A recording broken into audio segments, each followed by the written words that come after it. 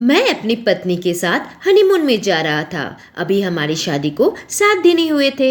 एक दिन घर आते हुए मुझे 12 बज गए। मेरी पत्नी जगी हुई थी और मुझ पर चिढ़ने लगी। कहने लगी, ये भी कोई वक्त होता है घर आने का? रात के 12 बज चुके हैं। अपनी नई नवेली पत्नी को छोड़कर आप कहाँ चले गए थे? उसकी बातें सुनकर मुझे बहुत गुस्सा आ रहा था और मैंने 2 एनवेलप हाथ में निकाल कर उससे कहा कि हम हनीमून में जा रहे हैं। यह सुनते ही मेरी पत्नी खुश हो गई और कहने लगी कि कब जाना है। मैंने कहा हमें अभी निकलना है। इस पर वह फिर से चिढ़ गई और कहने लगी, इतनी जल्दी पैकिंग कैसे हो पाएगी? और सारी तैयारी करते करते उसने अगले दिन के शाम के 5 बजा दिए। जब सब तैयार हो गया तो वह मेरे साथ निकलने को तैयार हुई कि तभी मेरी माँ ने कहा, बहू अभी तो शाम हो चुका है और अभी ठंड की वजह से दिन भी काफी छोटा हो गया है। इतनी रात को तुम दोनों का सफर करना सही नहीं रहेगा। मेरी पत्नी मेरी माँ की यह बात सुनकर चिढ़ गई और कहने लगी, माँ हमें तो अभी निकलना है। मेरी माँ ने कुछ नहीं कहा, बस कहा ठीक है, तुम दोनों अपना ध्यान रखना क्योंकि अभी सड़कें भी सुनसान हो जाएगी। मैं अपनी पत्नी को निकालकर गाड़ी में बैठाया और ड्राइविंग शुरू कर दिया। अब मेरी पत्नी ने पूछा, हम हनीमून में कहाँ जा रहे हैं, कनाडा या दुबई? इस पर अब मैं चिढ़ गया। मैंने कहा, हम मनाली जा रहे हैं, तुम्हारे मायके।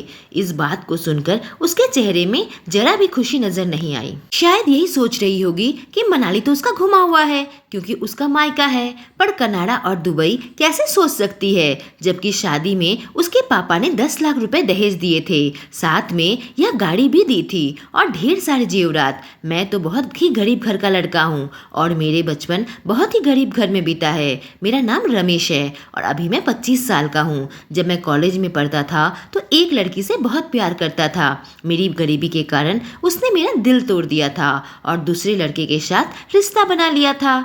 मैं छोटे मोटे काम करके अपने कॉलेज का खर्चा निकाला करता था और मेरे पापा रिक्शा चलाते थे और मेरी माँ लोगों के घर में बर्तन सफाई करती थी। उसने बहन को भी लोगों के घर में काम लगा दिया था, लेकिन हमेशा यही कहती थी, रमेश तुम हमारा सपना जरूर पूरा करोगे और इस गरीबी से जरूर हमें बाहर निकालोगे। इसलिए कॉलेज पास करते ही मैं सरकारी नौकरी की तैयारी करने लगा था।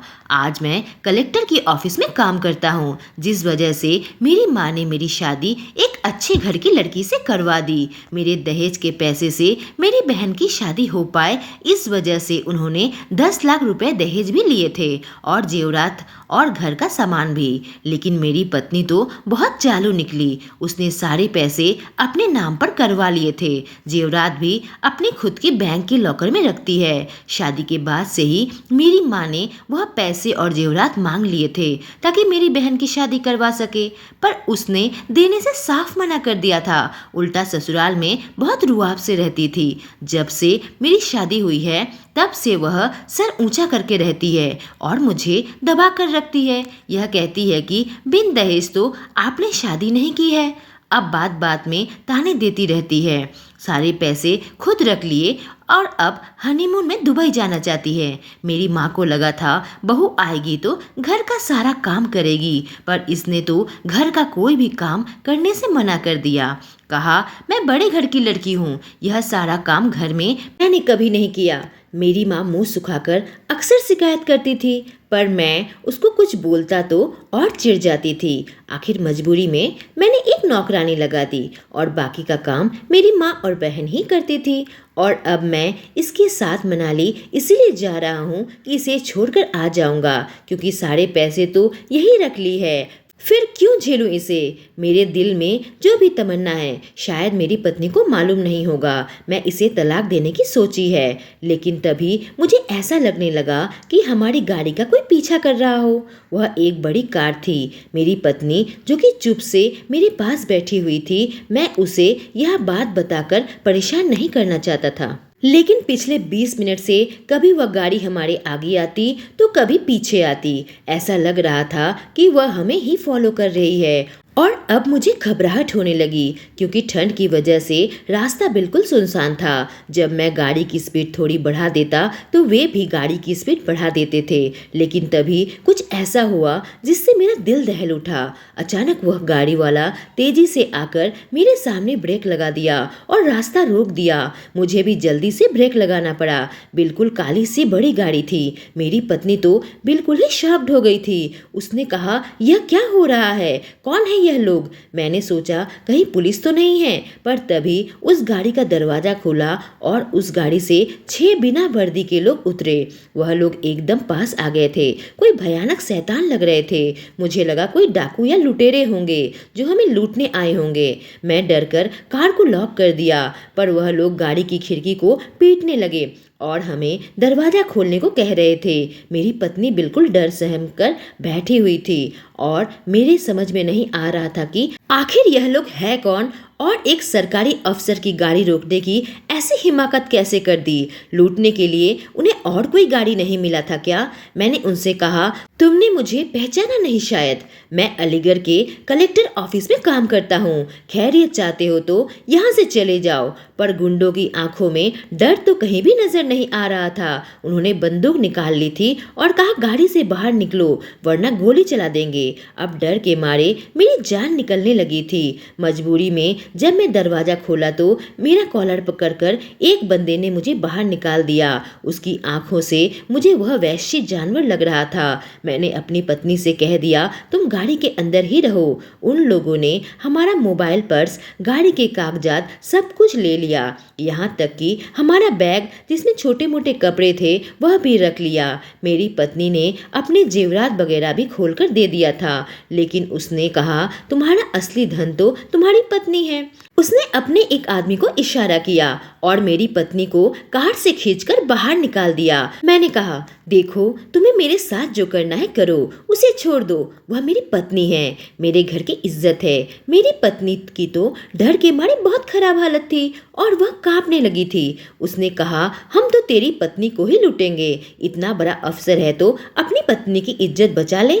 मेरी पत्नी की आंखों से आंसू आ गए थे। मैंने उससे कहा, प्रियंका तुम भागो, पर मेरी पत्नी तो बड़ी हिल वाली जूती पहन रखी थी। उसने भागने की कोशिश तो की थी, पर 2 आदमी ने उसे दबोच लिया और 2 आदमी मुझे दबोचकर गाड़ी की पिछली वाली सीट पर बैठाकर बांध दिया और बाकी के आदमी मेरी पत्नी को उठाकर उनकी गाड़ी में लेकर चले गए। ना जाने यह लोग हमारे साथ क्या करेंगे। वह दोनों मुझे काफी दूर तक एक सुनसान इलाके में ले गए और फिर मेरे साथ मारधाड़ चालू कर दी। उन लोगों ने मुझे बुरी तरीके से मारा, लेकिन तभी एक लड़के का फोन बजने लगा। उसका साथी उसे जल्दी बुला रहा था। फिर उसने अपने दूसरे साथी को कहा, चलो इधर का काम तो हो गया है, तो इसे यहीं पर छोड़ जाते हैं और इसकी बीबी के साथ मजे लेते हैं। मेरी हालत इतनी खराब हो चुकी थी कि मैं कुछ भी नहीं कर पाया और वह लोग मुझे वहीं पर छोड़कर मेरी गाड़ी लेकर चले गए और मैं वही हाईवे पर खड़ा रहा कि कोई गाड़ी आए और मेरी मदद करे। काफ़ी देर बाद एक कार नज़र आई तो मैंने उसे हाथ दिखाई। कार के अंदर 3 आदमी थे। वह मेरे पास आकर देखा कि मेरा बहुत बुरा हाल था। मैंने कहा, मैं कलेक्टर के ऑफिस में ऑफिसर हूँ और कुछ चोर मेरी यह हालत करके गए हैं। आप लोग किसी तरीके से मुझे घर छोड़ दो। मेरी बुरी हालत को देखकर उसको तरस आ गया और मुझे लेकर उन्होंने ड्रॉप कर दिया। मेरी माँ तो मेरा हालत देखकर बिल्कुल घबरा गई और तुरंत घर पर डॉक्टर भी बुला लिया था। उस वक्त मेरी हालत इतनी खराब हो गई थी कि मैं अपनी पत्नी को ढूंढने की हालत में भी नहीं था। न जाने वह किस हाल में होगी, पर मुझे उसकी हालत में जरा भी रहम नहीं आई, क्योंकि वैसे भी मैं उसके साथ रिश्ता खत्म करने के लिए ही उसे मनाली लेकर जा रहा था। अच्छा हुआ कि मेरी जान छूट गई। डॉक्टर आकर मेरा मरहम पट्टी करने लगा और मुझे कुछ टेस्ट और एक्सरे भी लिख दिया और दवाई और इंजेक्शन लगाकर चला गया। मेरे घर के सारे लोग रात भर मेरे पास ही बैठे रहे और अपनी बहू के आने का इंतज़ार भी करते रहे। मैंने सोचा पुलिस के पास जाऊंगा तो इज्जत मिट्टी में मिल जाएगी। 6 लड़के मेरी पत्नी को नोचा है। सुबह के 5 बजे मुझे हल्की नींद आ रही थी कि कोई जोर जोर से दरवाजा पीटने लगा। मेरी माँ ने दरवाजा खोला तो जोर जोर से रोने लगी। मैं किसी तरीके से बाहर निकला तो सामने का नज़ारा देखकर मेरे होश उड़ गए थे। सामने मेरी पत्नी खड़ी थी जो कि बहुत बदहाल हालत में थी। उसके शरीर के चारों ओर चोट के निशान थे और खून बह रहा था। मेरी मम्मी किसी तरीके से उसे पकड़कर कमरे में ले आई और तुरंत ही डॉक्टर को फ़ोन कर दिया। डॉक्टर आकर उसकी मरहम पट्टी करने लगे और मुझसे कही कि इसके शरीर में कई जगह पर जलने के निशान हैं। मेरी पत्नी अपनी इज्जत लुटवाकर घर आई थी, तभी तो इतनी बदहाली में होगी। उसे देखकर तो मुझे घिन आने लगी थी और मन ही मन सोचने लगा था कि अब मुझे मौका मिल जाएगा इसे तलाक देने का। ऐसी औरत को मैं अपने घर पर नहीं रख सकता। मेरी पत्नी अपने साथ लूट का सारा सामान ले आई थी, बस एक कार थी जो कि चोरी हुई थी। तो अगले दिन एक झूठी रिपोर्ट लिखवा दी थी कि कार घर से चुरा लिया गया। फिर दोनों अस्पताल जाकर सारे टेस्ट करवाए और अपनी सारी दवाइयाँ ले आए थे। इस हादसे के बाद मेरी पत्नी बिल्कुल गुमसुम हो गई थी और नफरत के कारण मैं उससे दूर दूर रहने लगा। पर एक मेरी माँ थी जो उसकी सेवा करती थी और हर वक्त उसका साथ देती थी। पर मेरी माँ को क्या पता कि मैं इसे तलाक देने की सोच रहा हूँ। मेरी पत्नी ने उस रात की घटना के बारे में मुझे कुछ भी नहीं बताया था। मैंने 1-2 बार उससे पूछा भी, पर उसने कोई जवाब नहीं दिया और मुझे उस पर शक होने लगा था। मेरी पत्नी मेरे साथ अच्छा बर्ताव करने लगी। मेरी बहन की शादी के लिए एक जगह बात चल रही थी। वो लोग 5 लाख दहेज मांग रहे थे और मेरी माँ ने मेरी शादी इसी वजह से करवा दी थी। पर मेरी पत्नी ने सारे पैसे अपने नाम करवा लिए और अभी अपनी इज्जत भी लुटवा बैठी है। मेरी नौकरी लगने से पहले मेरी बहन एक मोहल्ले के लड़के शेखर से प्यार करती थी और उससे ही शादी करना चाहती थी। लेकिन जैसे ही मैं ऑफिसर बन गया तो मैं इस रिश्ते से मना कर दिया था। शेखर गरीब घर का था और एक गुंडा था, कुछ काम धाम नहीं करता था। और जब मुझे अच्छी नौकरी मिल गई तो मैं अपनी बहन का रिश्ता एक अच्छे घर में करवाना चाहता था। शेखर ने मेरी बहन को भगाने की धमकी दी थी और मैं पुलिस से कहकर उस लड़के को अच्छे सबक भी सिखा दिया था। मेरी बहन का मन भी बदल गया था। उसने मुझसे कहा, भैया आप सही कहते हो, अब जब आपको नौकरी मिल गई है तो मुझे उसके साथ शादी करने की कोई ज़रूरत नहीं है। आप मेरे लिए अच्छे घर पर रिश्ता देखना। अचानक ही मेरी पत्नी 5 लाख रुपए निकालकर मेरी माँ के हाथों में दे दिया और कहने लगी, इन पैसों से ननद की शादी करवा दो। मेरी पत्नी कब से साधु बन गई। मेरी माँ भी उसकी हरकत से काफ़ी चौंक उठी थी।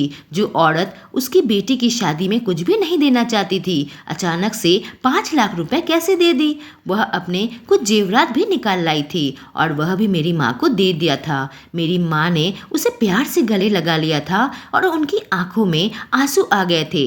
लेकिन मैं अपनी पत्नी की सारी चाल समझ रहा था। वह यह सब करके इस घर पर रहना चाहती थी। 2 दिनों के अंदर पुलिस स्टेशन से मेरे पास कॉल आ गई थी। जब मैं पुलिस स्टेशन पहुंचा तो उन लोगों ने मेरी कार मेरे हवाले कर दिया।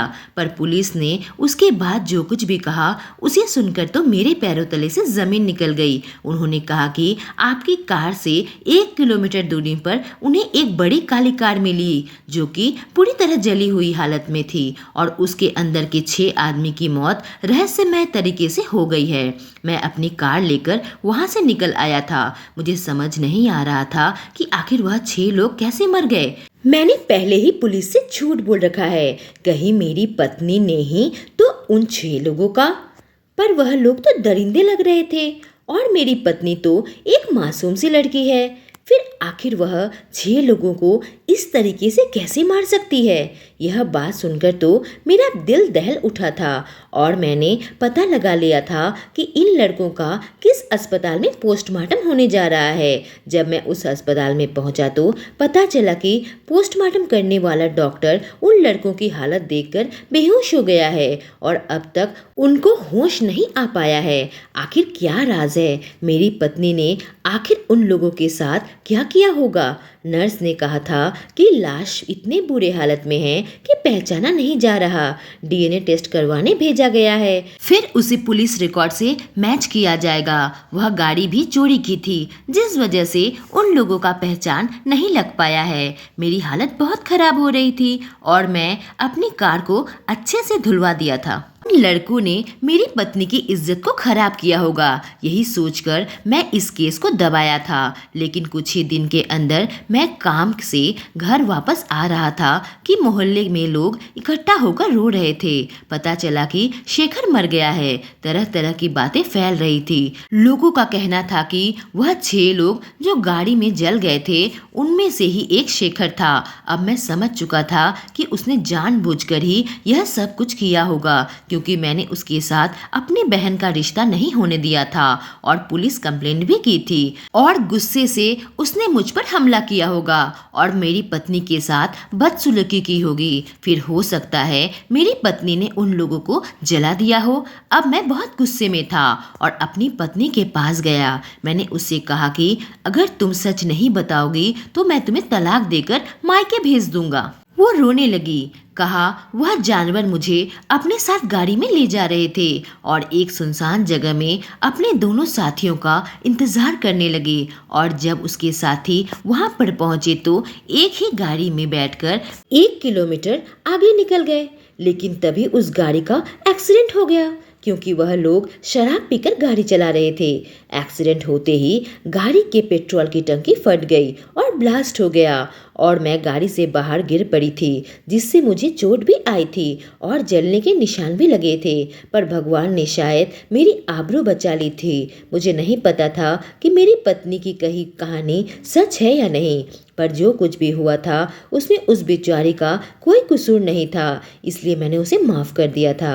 मेरे दिल में कहीं ना कहीं यह बात थी कि मेरी मासूम पत्नी उन गुंडों का कत्ल तो नहीं कर सकती। शायद वो जो कह रही हो वह सच हो। मेरी पत्नी कही, मौत को इतने करीब से देखने के बाद मुझे मेरा सबक मिल चुका है और इसी वजह से मैं 5 लाख और वह जेवरात निकाल कर आपकी बहन की शादी के लिए दे दिया, क्योंकि भगवान ने मेरी जान और इज्जत बख्शी है। अब मेरे अंदर लालच खत्म हो चुका है। अपनी पत्नी की बातें सुनकर मैं उसे गले लगा लिया और मैं भी दिल खोलकर उसे सच्चाई बता दी कि आखिर किन लोगों ने हमें अगवा किया था और किस वजह से किया था। फिर धूमधाम से अपनी बहन की शादी भी करवा दी और हम सब खुशी खुशी रहने लगे।